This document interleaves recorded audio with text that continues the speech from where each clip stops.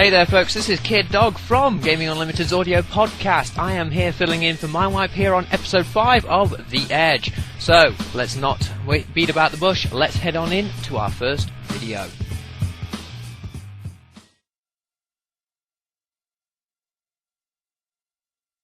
Hold on. Something has happened. Massive explosion somewhere in the middle. Not sure what's going on at this time.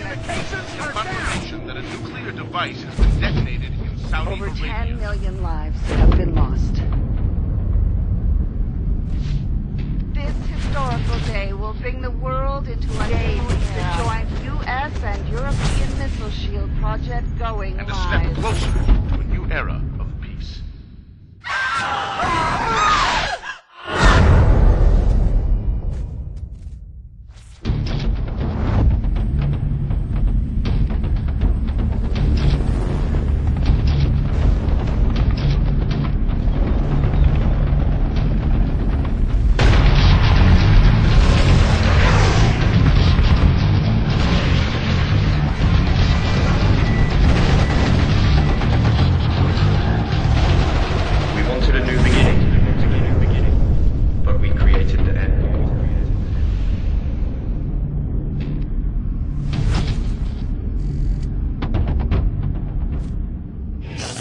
If you are watching this, the end has begun.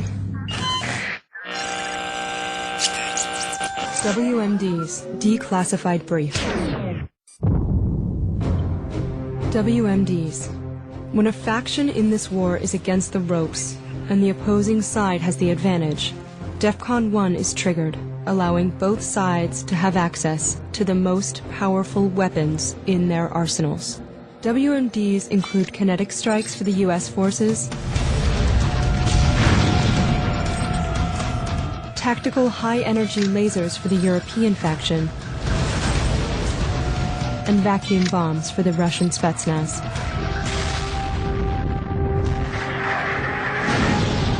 These last resort weapons become available in your mission support dashboard as soon as DEFCON 1 begins. The losing side receives authorization to crash one enemy uplink, thus removing it from the battle and disabling any of its upgrades. Once the losing side has used a WMD, the winning side is authorized to respond with a retaliatory WMD strike. These are your last resort means that allow you to either turn the tide of the battle or confirm it. You must always remain focused on your mission objective and determine if the use of such weapons is ever warranted.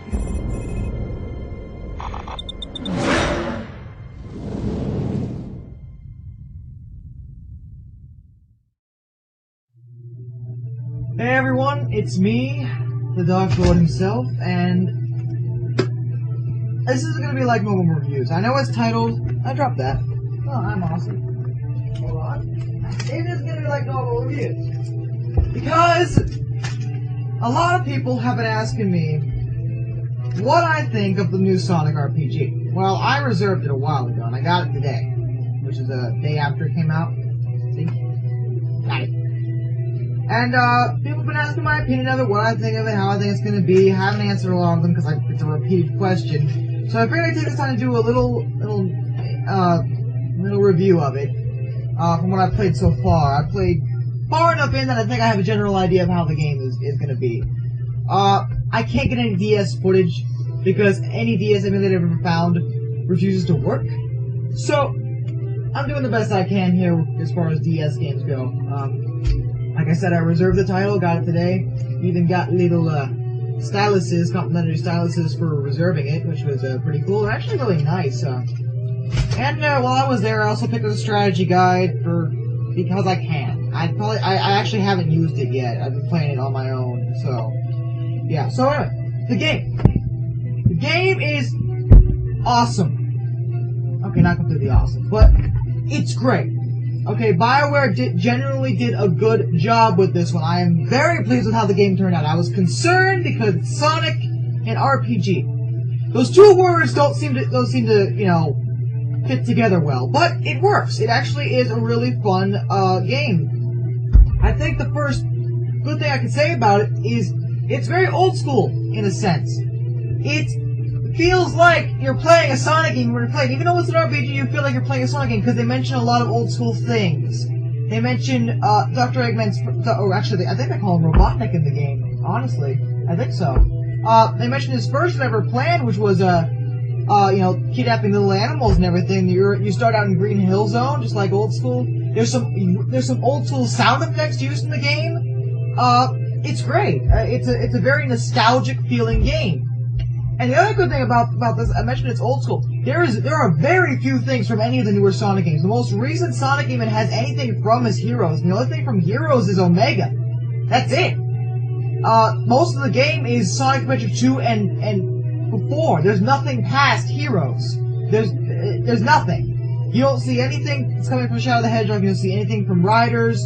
You don't see definitely nothing from Next Gen. Holy shit, thank God. They took BioWare was smart. They took the good part of Sonic and used that. And that's great. I love that. What about the actual gameplay? You control the entire game with the stylus, which is interesting. It works really well. It takes a bit getting used to. I'll admit that. But it works really well.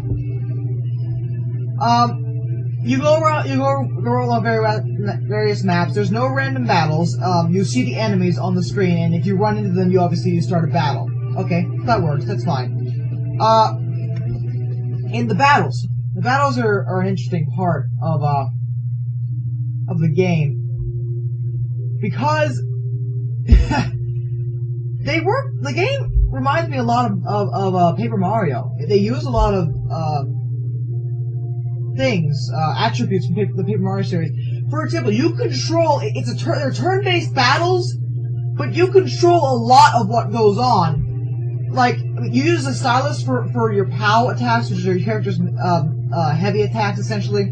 I mean, you can have them standard attack, which they attack more than once, which is another good part about the game. The POW attacks you control by using the stylus on the screen. You either slide it in an exact pattern, you tap it several times, or you tap it in a timed manner. There are three main things there, and it works really well. The battles are genuinely fun. I mean, when you think most people think turn-based battles and think like, oh, that's boring, stupid. It's really not. It's great.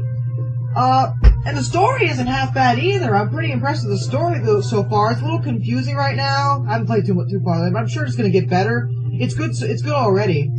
A lot of the characters, you see a lot of the decent Sonic characters. Any new character in the game is a good character. You don't see like Jet or any of those damn Babylons. You don't see like Silver. And yeah, I mean you have Sonic. You have I'm looking at this because I just want to make sure I don't skip anyone. You have Amy, Tails, Rouge, Big. Yeah, they put Big in. I don't know why they put Big in, but actually I'll mention something later about Big. There's Knuckles, Cream, Dr. Ivo Eggman Robotnik, Shadow, and Omega, and the new character Shade. There's something interesting about the guidebook I want to say. I have a lot to say about guidebooks right now. It's pissing me off. Anyway, so the story is pretty well. There was one part that I was concerned about that I would have ranted about, which was that there was this whole story going around before the game came out that there was going to be this love triangle between Rouge, Amy, and Sonic. I didn't understand this at all, because Rouge and Sonic is just such an odd couple. They just don't go together at all, and I was concerned that like Sonic would be like hitting on Rouge or something lame like that. I mean, I see Amy hitting on Sonic, or even Sonic hitting on Amy, but not the way it sounded. But it's not the love triangle isn't exactly true. Rouge hits on Sonic, and the only reason she does that is to piss off Amy. You can tell by just what she does. I mean, Amy gets a lot of abuse in this game. I don't think she deserves it, because she's actually pretty cool in the game. And, yeah, the love triangle is, complete bullshit. And the game involves a lot of battles and a lot of, exploration. It's an RPG. It works like a real RPG. BioWare did a good job. It's really a fun game to play. I would strongly recommend getting the game. It's great so far. I love it. I mentioned that, and there's really nothing more I can say about it. The game looks good. The graphics are nice, and like I said, the sound and music's great. And overall, the game is just really good. So that's pretty much all I gotta say about the actual game. There isn't too much else to say. Anything that made me mad? Not so far. It's not with the actual game. Except the Gun Commander's presence. I hate him. He's there, but he doesn't look like the Gun Commander. He's all cartoony. I don't understand that at all. Whatever. If he wants to be there, fine. He's actually a real douchebag, which doesn't surprise me at all. I kind of like it. The guidebook. I mentioned the guidebook. I don't know whether this is the guidebook or this is BioWare being retarded. The guidebook's okay as far as I've read. I haven't read a lot because I don't trust guidebooks. I have like 5 or 6 of them, and 5 of them, yeah, exactly 5 of them. 4 out of the 5 are fucked up. My Ninja Gaiden Black guidebook is a complete lie, because it tells you to use Flying Swallow on several bosses you do never, ever want to use Flying Swallow on, ever, under any circumstance, because they will kill you if you do that. And some of the bosses are invincible to Flying Swallow, so what the hell is the point of using Flying Swallow if you can't hurt them? The guidebook's just fucked up, I don't know. Plus they call the Emperor Alma. That's pretty dumb. That guidebook's probably the worst. Tomb Raider The Last Revelation guidebook, that one's fucked up. They tell you to use the revolver without telling you where the revolver is. And I have looked everywhere, and I can't find this revolver anywhere before the point where they tell you to use the revolver. It's pretty stupid. Final Fantasy IX guidebook, not too bad, but they don't tell you where something important is for this puzzle. And they don't purposely leave it out, because later in the guidebook, they're like, well, we told you how to find all 12 of these pieces. No, you didn't. You told me how to find 11. What about the 12th one, you bastards? I found it by myself, but it's still retarded. Kingdom Hearts 2 guidebook, I didn't have any issues with that. But this guidebook, this is the shade profile. This is like as far as I've read, because I don't really use guidebooks. You can see that. Can you read that? Shade the Echidna. Does she look anything, even remotely, like an echidna to you? Like I said, I don't know. I haven't played up to where I meet Shade. If she's an echidna, whatever, but if this is like a mistake in the guidebook, it's a pretty retarded mistake. I don't know what to say about that. But whatever. That's really all I gotta say about the game. I haven't encountered too many issues, like I said.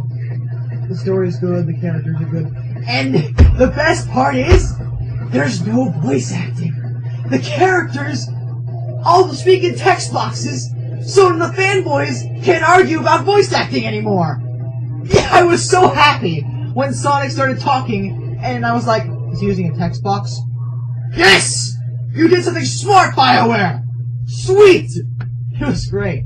I know, I seem overly happy, but like I said, I haven't played a good Sonic game in a very long time. Or at least an excellent Sonic game in a very long time. So I recommend it, picking it up if you're a fan. That's what I gotta say about the matter, so, see you later, guys. Expect that Sonic Next Gen re-review soon. I'm just trying to get up the courage to play it some more and get some more footage, which I need, but right now I feel like playing this rather than the shitty Sonic game sitting over there.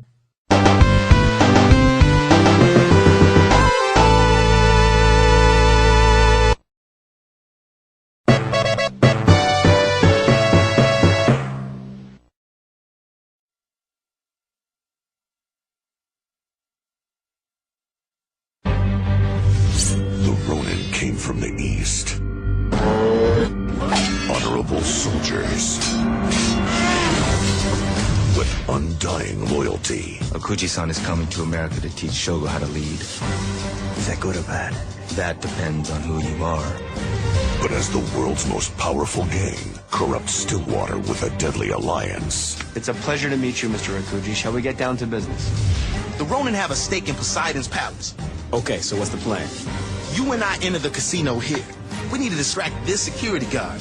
Gatto have to sneak past the guards to cut the power. They will face the Saints. But what if we just start here, walk into the casino, and just shoot all the motherfuckers that are between us and the money? Well, it would be a lot faster. And a lot more fun.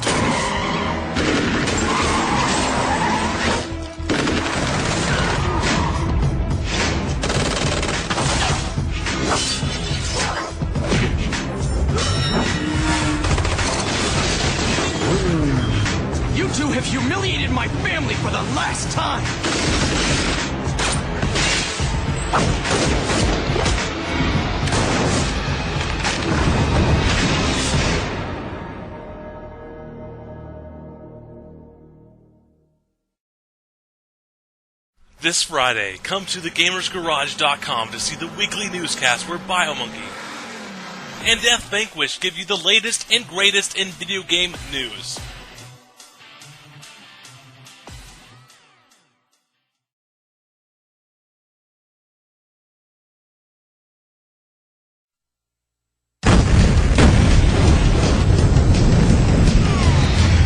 It's time to kick ass and chew bubble gum. Oh yeah, now Duke Nukem is a game that every guy likes. It's got babes, guns, aliens, and exploding things.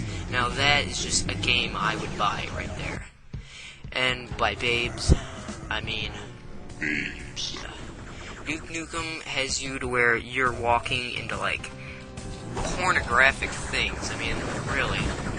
Since now it's on Xbox Live, you can play it on co-op, and every time you're playing it on co-op, I swear to God, you find a chick, and you're just looking at your friend like, oh, man, this is wrong, my friend's in the room, I'm sitting here looking at her. Now, power-ups in this game are actually some of the best power-ups I've ever seen. You get a jetpack. I am dead serious. I will show it to you right here. Go out the window, and here's a jetpack. Jetpacking around, and we're gonna find a secret area right here with, like, almost every gun in the game. One room. First level. Right there. We've also got steroids, which make you run faster, and we also have Hollow Duke power-up, which I'm not gonna show you in this video, which means you gotta find it for yourself if you actually buy the game. This game is also the first game I have ever, and I mean ever, face the last boss on a football stadium. Now that is just kicking ass. Now, by now in the video, you're probably asking, what the hell is that thing on the top of the screen? Well, in Duke Nukem 3D, they have a feature that you can go back to any part in the day and view a saved film. Every match you do has a saved film, which means, like, that's exactly what I'm doing right now. I'm not even actually playing the game. I've been playing it for 2 days straight, basically, and I'm just reviewing all the films. You can also save your films and send them to people, just like Halo 3, just without the gay file sharing, getting banned for having babes. And I'm sure with the 8-person co-op and the 8-person multiplayer, somebody's going to pop out a machinima eventually. Oh, wait. You know what? That gives me an idea. Nah, whatever. Anyway, in conclusion, Duke Nukem 3D on the Xbox Live Arcade. Great game. I'd suggest it for anybody out there who likes babes.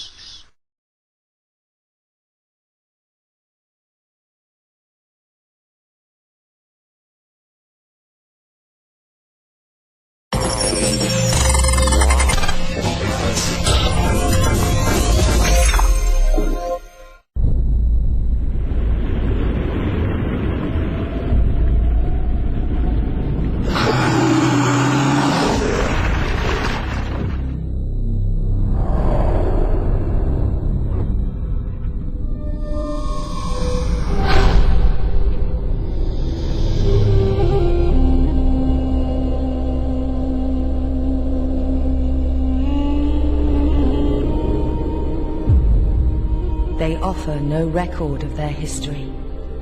All we know is that they were remnants of a once great civilization.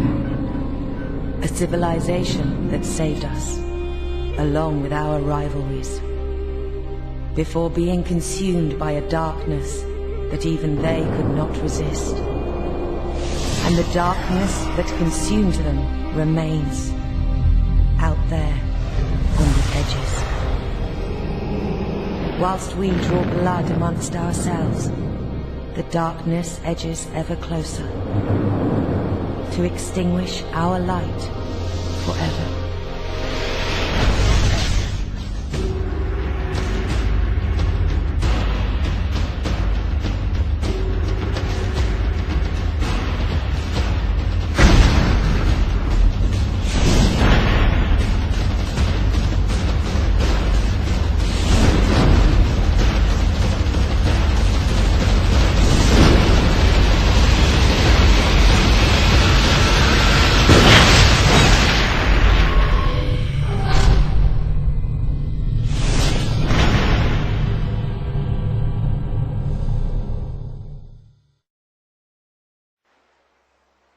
Crysis, released in November of last year, is a game that was met with almost universal critical praise, averaging a 91% at GameRankings.com, but the actual gaming community itself is far more divided. Many loved its large environments, its advanced AI, its multiple styles of play and its lush visuals, while others deplored its semi-linearity, its occasional AI quirks, its poor story and storytelling, and its harsh system requirements. Warhead takes the Crysis formula and improves upon almost every aspect. Warhead isn't a continuation of the Crysis storyline, so no, you'll have to wait even longer to find out what happens to Nomad and Prophet. Warhead instead focuses on Sergeant Sykes, also known as Psycho, the British member of the Delta team, and his adventure during the original Crysis. The game picks up shortly after Nomad destroyed the ship docks in the harbour in the assault mission, which happened during the original Crysis, and a spectacular introductory cutscene establishes both the protagonist and the tone of the game as a whole, that tone being something along the lines of one massive explosion after another. Although Warhead is a standalone expansion, it really doesn't feel like it. The game picks up with no real introduction as to what is happening, who you are, where you are, why you're there, or anything like that. In fact, if you haven't played the original Crysis, you may find that Warhead is completely confusing. Characters like Nomad and Prophet are mentioned without any real explanation as to who they are or what's happening to them, and major events like the introduction of the aliens and the flash freezing of the island are given only cursory introductions, which would just add further confusion. But story and storytelling weren't exactly Crysis' strong points, so this isn't especially a major deal, and to be fair, most of the people buying Warhead probably will be familiar with the original Crysis. Warhead does actually put a much stronger focus on storytelling than Crysis did, through in-game dialogue, which is essentially just radio chatter, most of which doesn't really add much to the experience, and through frequent cutscenes. These cutscenes are often extremely cinematic, and are largely used as a character building device for Psycho. Through these scenes we get to see that he's an abrasive man, but he's a man of honour. In one scene in particular we see Psycho disobeying a direct order not to rescue a downed American pilot in trouble, and then later we see Psycho saving the life of a North Korean soldier who was about to be executed. Despite this stronger focus on characterization, the North Koreans are still conveyed as being absolutely evil, as they torture and attempt to execute prisoners of war, which feels more than a little manipulative. These cutscenes take place mostly in third person, and while they show off these spectacular facial details and allow the characters to convey emotion or thought that might otherwise be lost in first person, third person cutscenes strike me as contrary to the immersiveness of first person games. Many of Warhead's moments are so spectacular it's easy to imagine them coming straight out of a Hollywood movie, but one moment I feel like I'm in a Hollywood movie and the next I feel like I'm watching a Hollywood movie, and this constant shifting around detracts from the overall experience.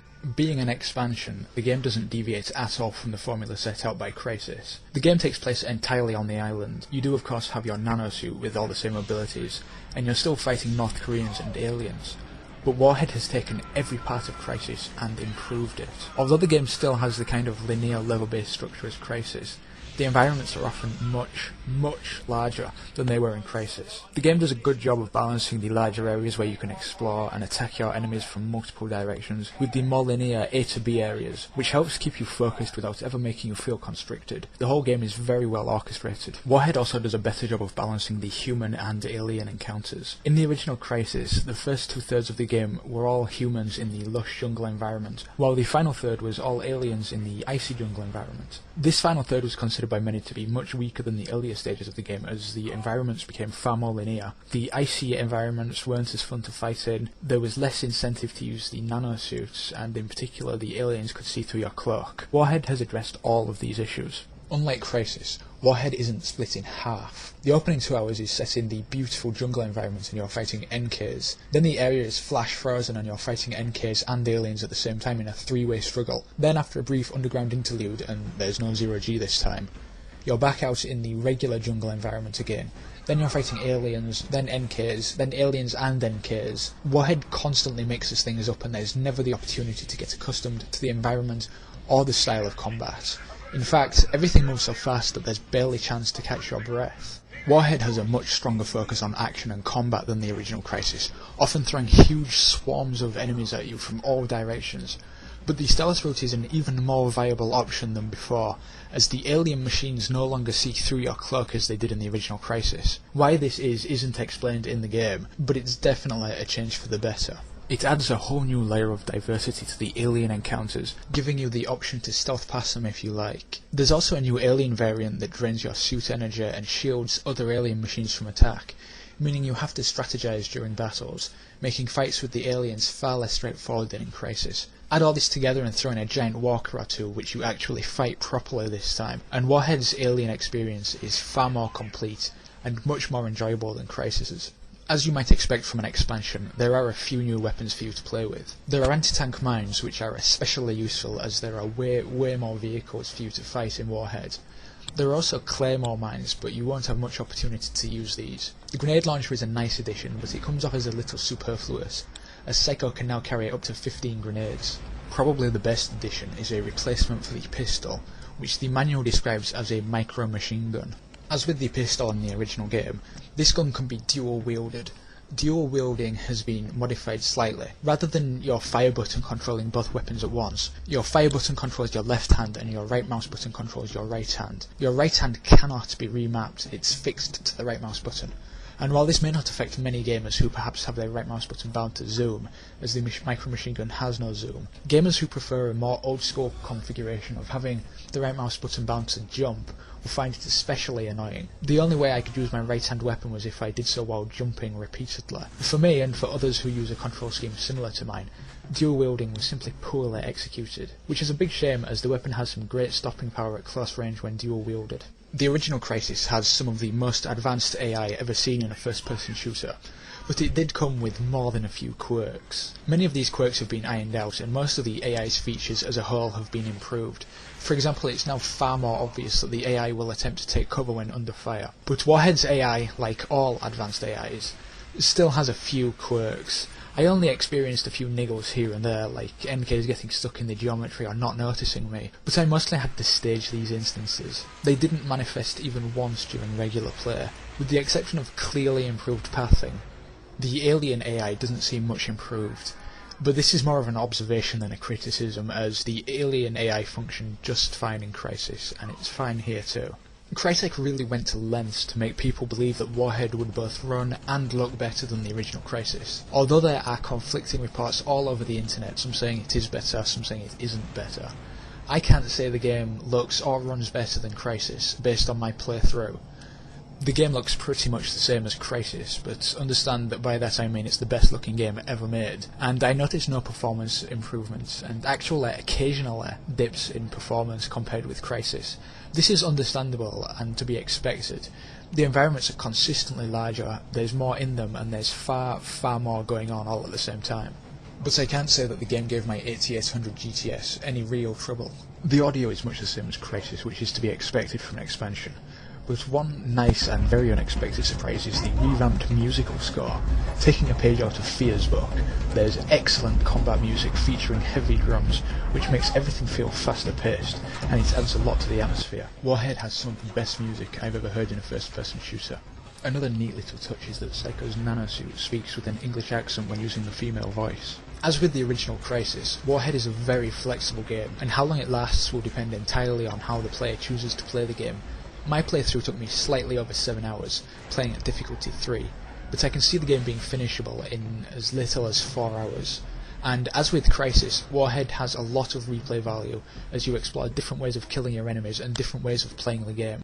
Crysis, and Far Cry before it, had somewhat lackluster multiplayer support and only a small multiplayer community. Although I personally thoroughly enjoyed Crysis's multiplayer for a time, it was nevertheless overshadowed by dedicated multiplayer shooters like Team Fortress 2 and Call of Duty 4. Warhead has set out to overcome this. Packaged almost as a standalone game, coming on its own disc and with its own installer, Crysis Wars is Warhead's multiplayer component, and it still can't compete with Team Fortress 2 or Call of Duty 4.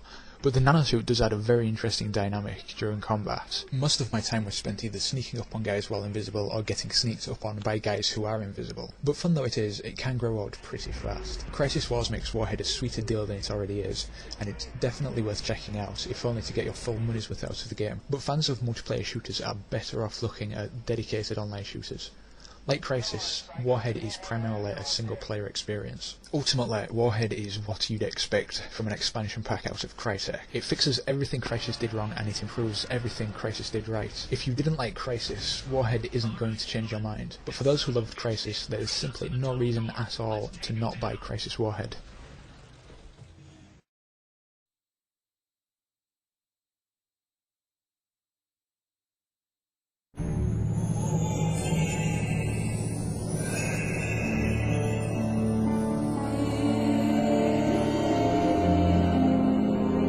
The Necrowombicon, a vulgar manual of incomprehensible power.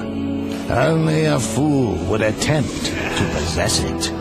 But then, fools are always in great supply. Episode 2? More like Awesome Sode 2.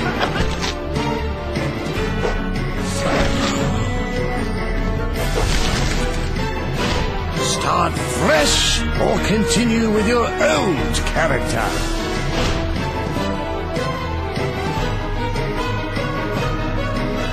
Choose your own adventure with multiple difficulty levels and exotic collectible couture. Witness bone-chilling scenes in mesmerizing two-dimensionality. Return to New Arcadia, where new friends and old foes strain against the very gears of the universe. Penny Arcade and Hothead Games present On the Rain-Slick Precipice of Darkness, Episode 2.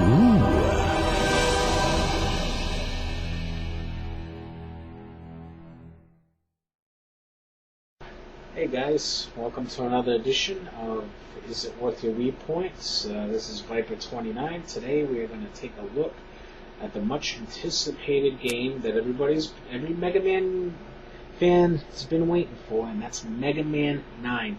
That's right, you are getting an exclusive.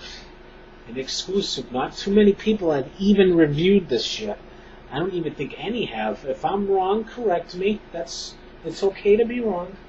Alright, so without any further ado, we're going to walk you right through Mega Man 9, which is worth 1,000 points. Just because it's a Nintendo game does not mean it's going to be $5. I'm sure a lot of you are like, $10? Would you rather pay 40? Anyway, let's get to the game. There's your normal title screen. You can use the the remote, the plastic controller, and I don't remember what the other one was. Now, what's very interesting here in the game menu is this: downloadable content, which means you can add on stuff to this game. That makes it definitely worth the purchase right off the bat. It's your classic Mega Man game, you know. Obviously, there's no downloadable content right now because the game just came out today. But just look for that in the future. That's pretty damn awesome. You can add on maybe some new enemies. Who knows what that's going to be for. You got your challenge lists. Pretty much all that right there. I haven't really delved too much into the game just yet, but I wanted to get this review out there. Alright, that's the game start. Let's go into the game. You got your new game, your load game, your time attack, and I guess an unlockable. I guess you gotta unlock those when you beat certain guys, I guess. Alright, over here we got Concrete Man, we got Jewel Man, we got Hornet Man, Tornado Man, Plug Man, Splash Woman. Yes, that's right, there is a woman as an enemy in this game. Magma Man and Galaxy Man. Let's take a look at Concrete Man, because I know a lot of people like hitting the concrete. Alright, here we go.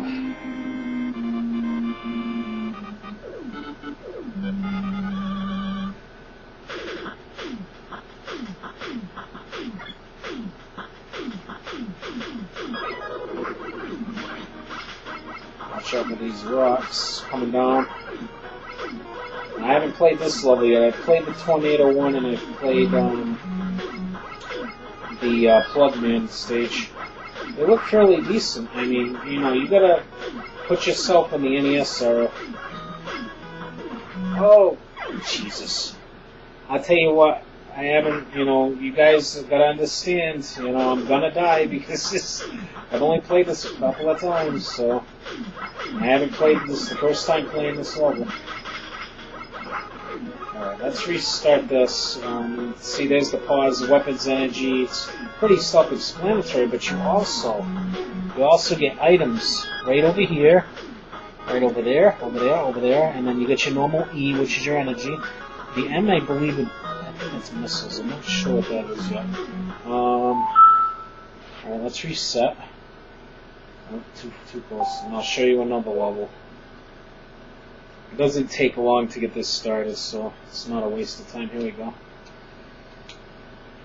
There's your loading screen. NT creates. There's Dr. Wily crying, "I'm so sorry, please forgive me." Yeah, and you know what? I think we all know that he's an enemy, so we don't need to go there, do it. He always says sorry when you kick his butt. Alright, let's check out Tornado Man. Because I have played this stage for a little bit, so...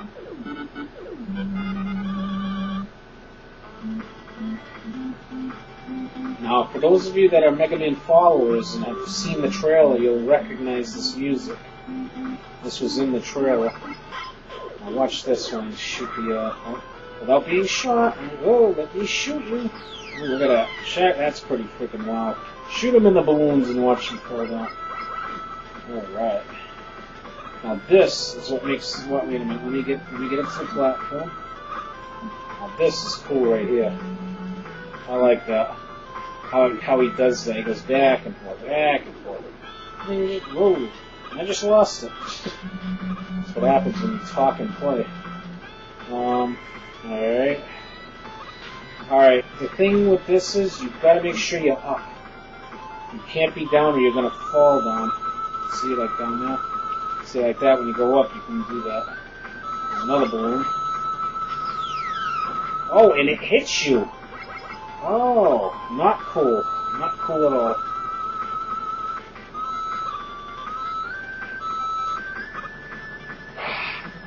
Oh, I'm on the edge of, oh, god damn!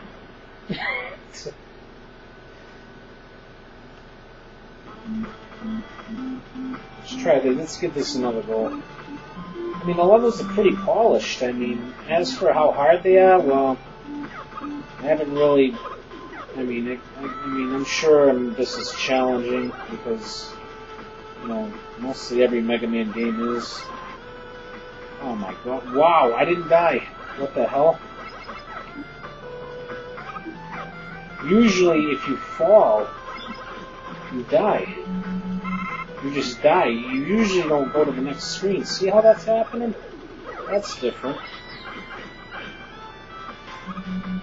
Well, you can kill him, or you can even put his balloons down, which, you know, probably want his balloons. Oh, don't even knock me off again. Alright, here we go. Jump up. Let's get this balloon guy, get out of the way. Now we're not playing games anymore. Alright. Ah, see, it makes you gotta do that. Oh! Oh my god, alright, another level. We're gonna do another one. That's right, we're gonna do another one. Let's reset this. Yes, I stink really badly, guys, but this is a new game, so, you know, I probably will get better once I play a little more, so just figured I'd show it off. So it's pretty cool. New game again. And obviously you can save, because there's a load game there, so let's try the woman out. Splash woman.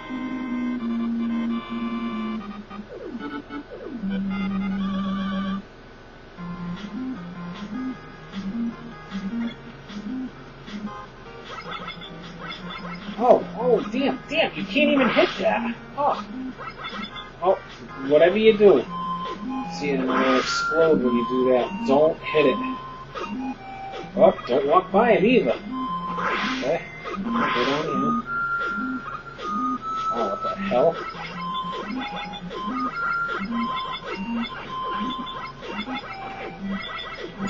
Oh boy.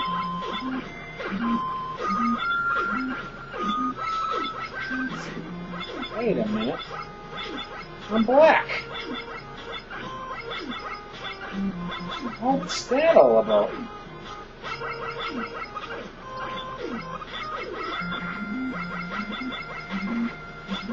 Come on, just die already.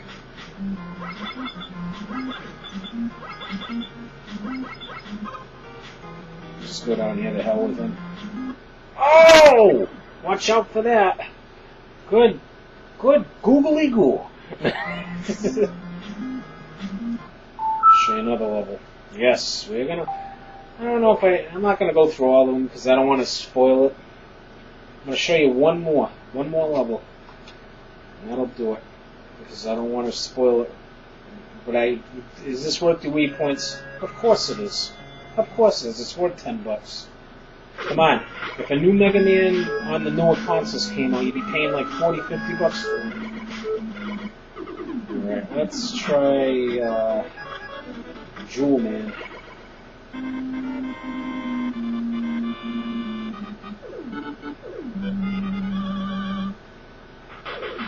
I think this is a longer. Is it worth your Wii points?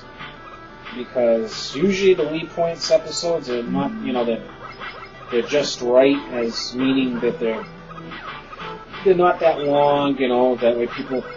But this game needs it.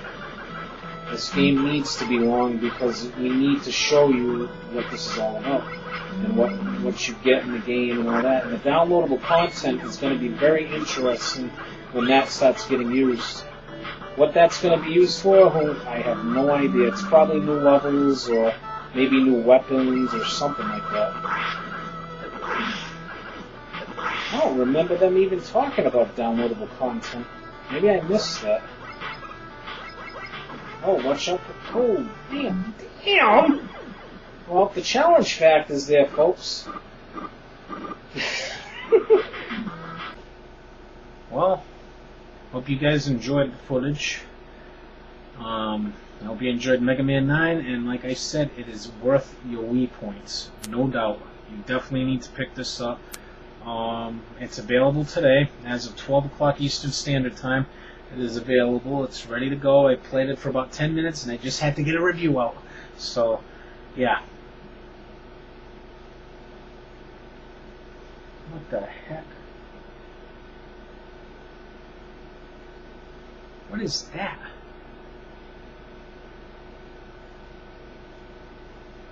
Hey!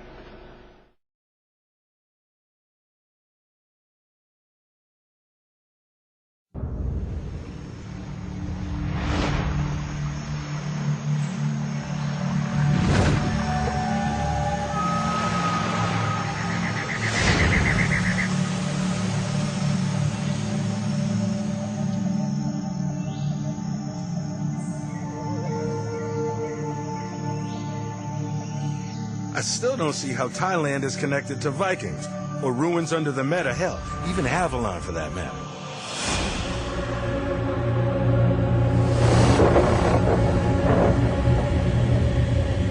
Helheim Zip. Various myths use different names, but they all apply to the same remnants of the ancient world.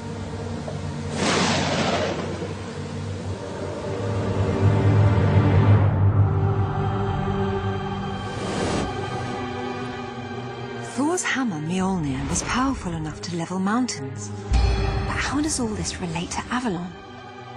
The place of fear.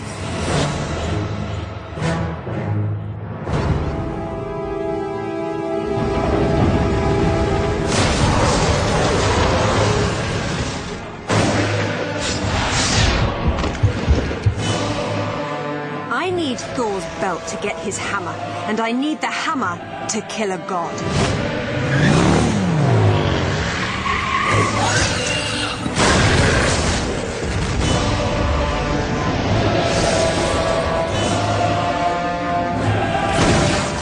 tip or I'll drop you.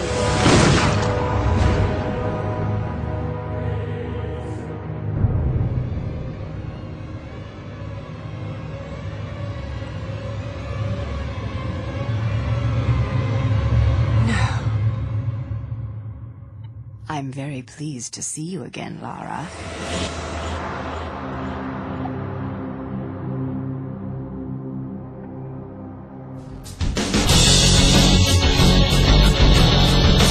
Well, that's the end of the episode. I hope you enjoyed it. My Wipe should return with luck next week, but until then, be sure to check out the audio podcast that we do, which features myself and Mr. Spy 101. You can find that at GameUnlimitedTV.com. And you can also email The Edge with any suggestions and submissions. Just send your emails to edge@GameUnlimitedTV.com. Also tell Mind Wipe what a wonderful job he's doing, because he does deserve it, and he does do a good job on these shows, and he makes it look a hell of a lot easier than it actually is. Also, why not leave us an iTunes review? Leave that on iTunes and we'll be very, very happy with you. Alright folks, till next time, we'll leave you this final video. Enjoy. This is Kid Dog from Gaming Unlimited's audio podcast saying, if you can't be good, be bad.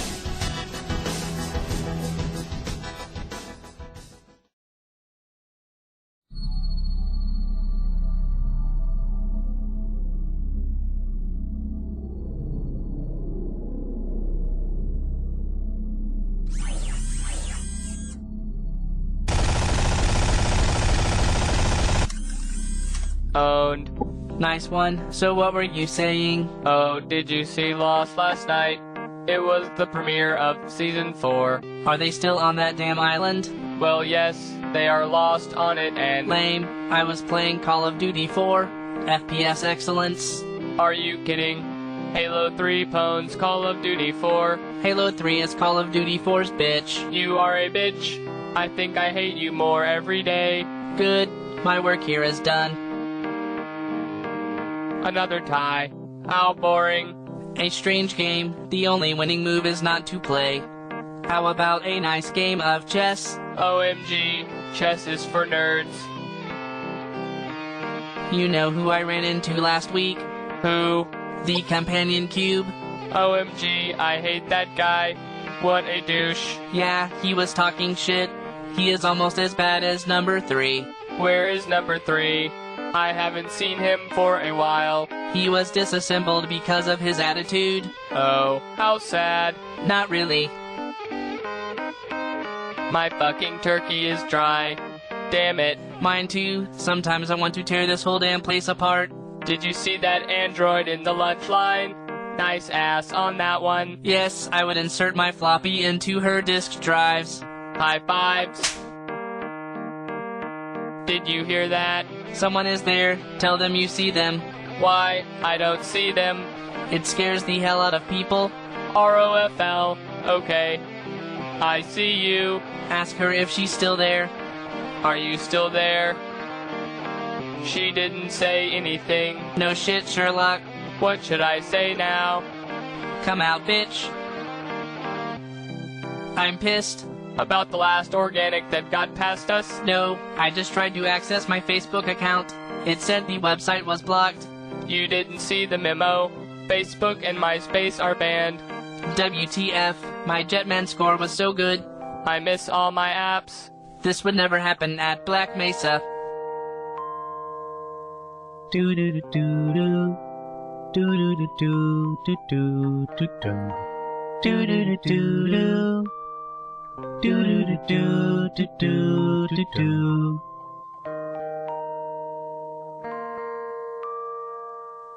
Boom, bitches! Dominated! Go to hell, Cube.